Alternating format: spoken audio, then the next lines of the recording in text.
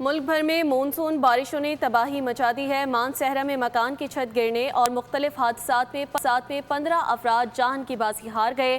ادھر NDMA مزید بارشوں سے خبردار کر رہا ہے۔